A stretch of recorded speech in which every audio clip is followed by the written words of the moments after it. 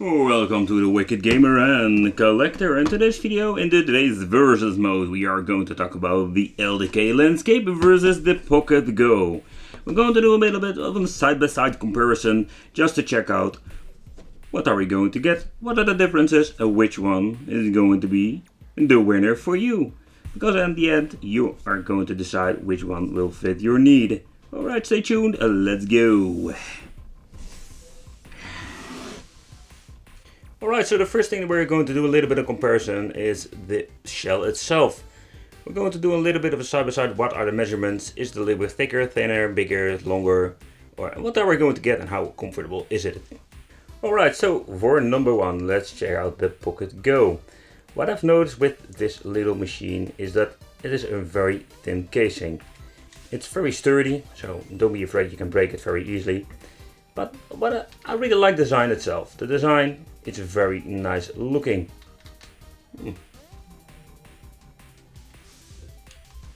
So compared with the LDK landscape, this thing is a little bit, let's say it's a little bit thicker, and the build quality is more sturdy. I really like it. I don't think this one is more comfortable than the Pocket Go because of the measurements. I have very big hands and yeah, it plays okay, but for example, if you have the Game Boy Advance, I think a lot of people will know this system. The thing was very comfortable, the curves are very nice, and this cannot be compared with both systems. So if you say comfortable, I think it's more of the same. I think the most important thing is the D-pad on the device like this. And as you can see, on the Pocket Go, the travel is not that long like the LDK version, but I really like the touch of the LDK. I played both fighting games and I'm going to do a little bit of a fighting game gameplay on this video to show you, but the LDK I can already tell you, the touch is way better than the Pocket Go. But that's my personal opinion, of course. Alright, so the analog stick, there's an extra on this LDK. The position itself, I don't like it because of the squeeze here in the corner, so if you need to hold it, it's not very comfortable to play. But that's again my personal opinion. The Pocket Go just made the choice for putting here the select and start button. Okay, so if you take a close look at the buttons, to be honest, I like the LDK. Got a very nice travel. Select start over here, but you already noticed it. The speaker is over here with the Pocket Go, but the buttons, personally, the LDK wins if it comes to the normal button. These even more like this, less wiggly if you look at it, but the touch is not that great. For playing games it's just fine, don't get me wrong, but if you look at the touch, the LDK is way better. Yes. So at the bottom on the Pocket Go it doesn't have anything, and here we have an extra CF slot. Okay, at the right side, both systems have this little scrolling wheel, and the on-off switch is over here. And we're having two buttons over here at the left side of the LDK, and the power switch is over here. Okay, at the top, this is something that is pretty unique. The Pocket Go has two jack out, one for audio, one for DV out. The CF slot or the SD card slot is over here. Both of the systems are going to charge with micro USB, and this is this little return button.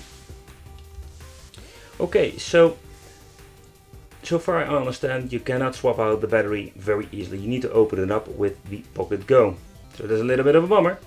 And the LDK has a rechargeable battery that is very easy to swap, or some people are upgraded it, and we're having two speakers at the back. That's pretty damn cool. Alright, so let's talk about the shoulder buttons. The design itself, I really like the Pocket Go. I like the design itself, but if you look at the touch, very clickish.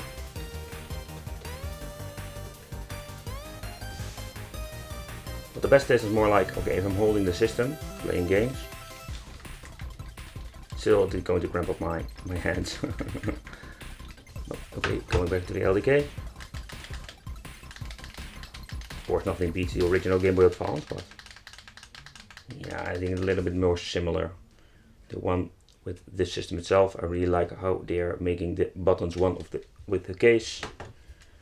If you look at this, it's of course more the same like with the curves of the system case itself, but nevertheless less clickish. So, but it's more like a personal thing. What do you? I don't care. I think they are more equal to each other.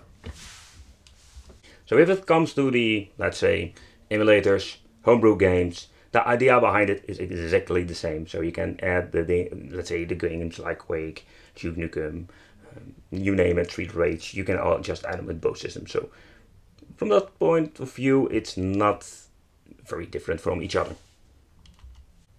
Alright, so in side-by-side comparison with the Street Rage remake game. And what you can see, the Pocket Go and the LDK, they both have totally different screens. The Pocket Go is a little bit slower if you look at this game, but I really like the LCD screen. It's a little bit, it's just a different resolution. I really love to know from you, what is your favorite screen if it comes with these two? The right one, the Go, Pocket Go, is way more colorful than the left one from the LDK. But I've noticed again, sorry I need to say it again, that Street of Rage is loading way longer than the LDK. So there's more a little bit like a difference between this game and these two systems.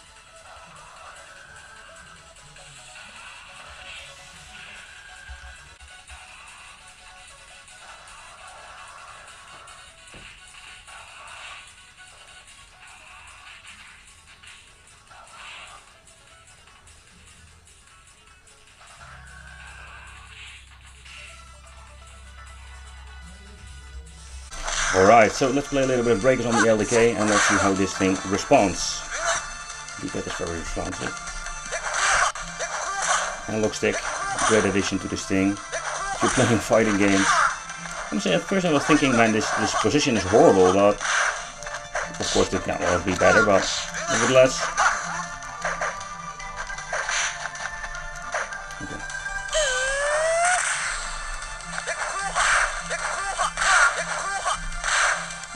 Looks like a charm.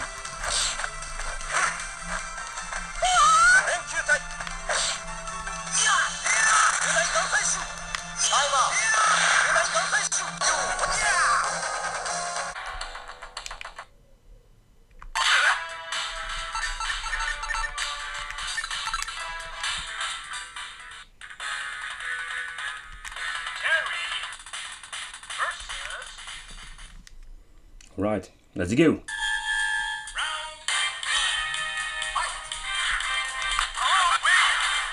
Okay, first try. Okay, fun fact. This D-pad feels not as great if you compare with the LDK, but I'm getting the idea that this thing is way responsive.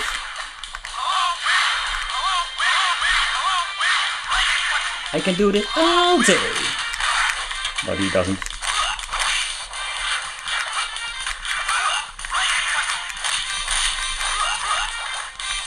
Okay, so in this part we're going to test out the volume. Okay, let's boot up the sound. Maximum volume. The sound is not bad at all. And of course a tiny little speaker over here compared with the LDK that has two of these pretty damn huge speakers.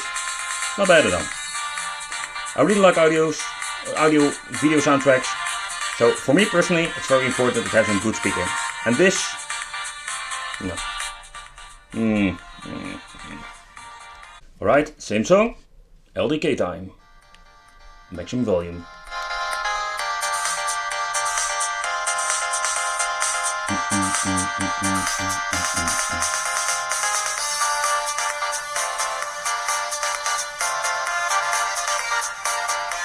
This sounds way better. Oh yeah. But of course, two big speakers against one little one. Yeah, it was almost a Captain Obvious moment. But again, LDK wins.